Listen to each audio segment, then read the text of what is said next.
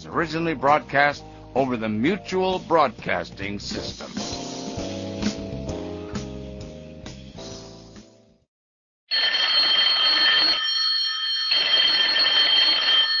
Calling all detectives.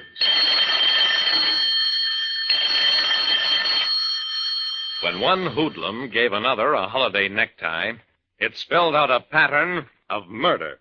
That is the situation on this page from my casebook. The casebook of Jerry Browning, private detective. The holiday season is a time for relaxation. For everybody except a guy like me, Jerry Browning, private detective. It was a couple of days after Christmas, and the Lascott department store was doing a big business in gift exchanges. I was at the hosiery counter explaining why size 9 socks were too small for me, when a couple of aisles over, two men at the neckwear counter began exchanging Sunday punches. I pushed my way through the crowd just as one of the contestants folded up and hit the rug. I grabbed the victor just in time to prevent him from kicking in the ribs of his fallen opponent. Shame on you, you big bully, slugging a little guy like that, and right in the middle of the holidays, too. The big man twisted my grip. Let go of me before I knock your back teeth out. Oh, hello, Jerry. What's the good word? I relaxed my grip, took a good look at him. Hello, Muscles. When did you get paroled? 4 months ago. Excuse me a second, Jerry. He bent over the small, fallen man, took a gun from his victim's pocket, transferred it to his own. You have to excuse me, Jerry, but good-natured Eddie has got a nasty temper, as everybody knows. And if he wakes up with that rod in his pocket, he might get rash. I picked up the little man, shook him to a semblance of consciousness. Muscles, and you too, good-natured. What's the big idea of staging a riot in a place like this? Good-natured gave me a glassy stare. Why'd they hit me? Muscles looked hurt. Why did I hit him? Jerry, I buy, I don't steal a classy $10 tie. A special, one-of-a-kind hand paint job. I give it to my pal, Casino Cassidy, season's greetings, except that Casino intercepted 6 slugs yesterday before he ever sports the tie. And today, I catch good-natured Eddie trying to exchange the tie I buy for Casino. You mean good-natured Eddie has a necktie you gave a man who's been murdered? That was the point at which good-natured came out of his daze. I can explain everything. I think the tie is too loud. Do him up Browning, Jerry.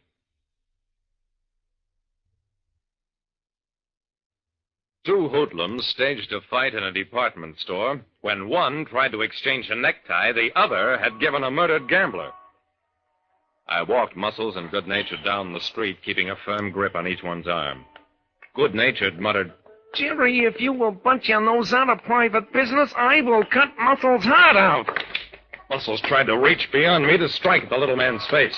Listen, you scrawny runt, soon's Jerry leaves, I'll twist your head around till you're looking the other way. I yanked him over to a doorway. You two listen to me, you thick-headed apes. Casino Cassidy has been murdered. You, Muscles, gave him a holiday necktie, which makes you one of his friends, presumably. You, good-natured, have that necktie, which means you either murdered him or know the person who did. It seems to me that both of you are in kind of a tough spot. Muscles and Good-natured exchanged glances. Then, Jerry, leave us go have a drink against the cold and kind of talk this over.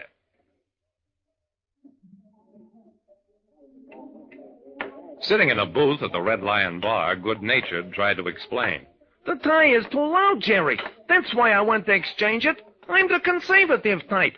But I didn't get it off Casino. It was given to me by Danamora Dave Willis, holiday greetings. I'm the good-natured kind, Jerry. I don't croak guys. A bullet in the shoulders as far as I go. And even then, I don't take their ties. Ask Danamora Dave. I pulled at the necktie that was dangling from Good-natured's pocket. It was a loud thing of horses and palm trees and, somehow, mermaids and ocean, obviously hand-painted. Muscles, are you sure this is the tie you gave Casino? I ask you, Jerry. Could I be mistaken? I took another look at the monstrosity. Oh, Muscles, you certainly couldn't. I think we'd better go see Dannemora Dave.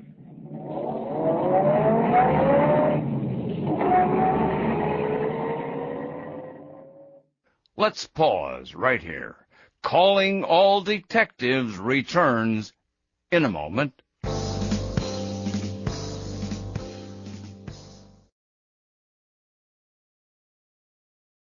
And now let's rejoin Calling All Detectives, starring Paul Barnes, the man of 1,000 voices.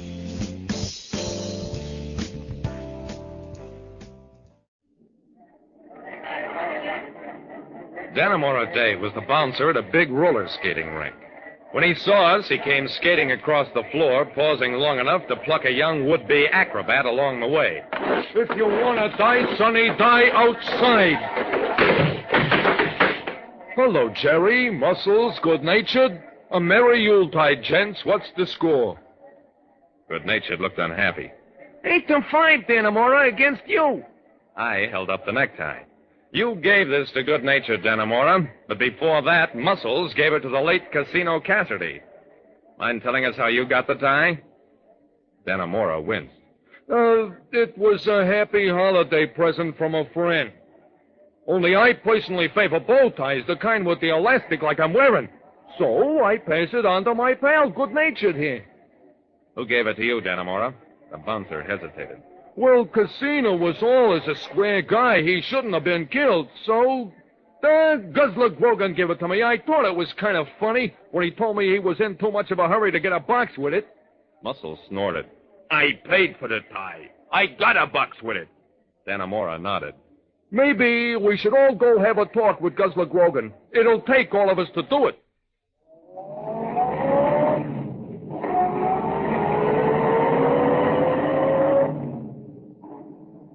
It took hours, but we finally found Guzzler Grogan leaning against a lamppost near the entrance to a narrow, poorly lighted street. When he saw us, Guzzler stiffened, then relaxed as he recognized us. The season's best, pals. Where's the convention?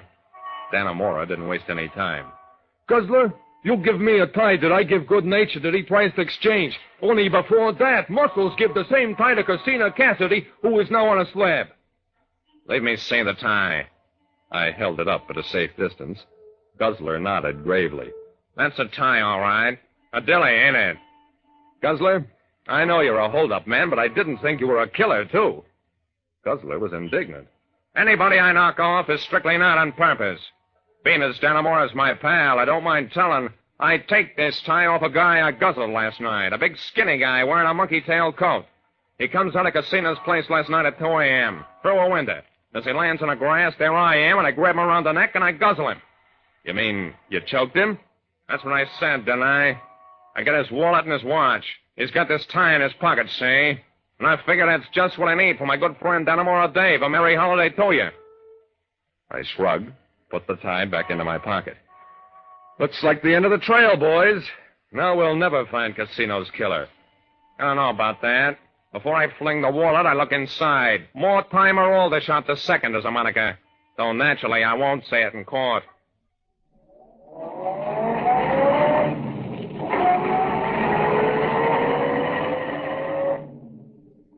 A police squad picked up young Aldershot at his home. He was so surprised that he caved right in, admitted killing Casino in order to wipe out a gambling debt.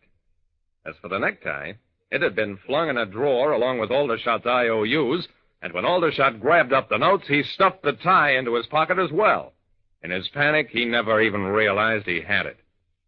Like I said, anything can become evidence, and sometimes even a necktie can turn into a noose around a killer's neck. And that was Paul Barnes.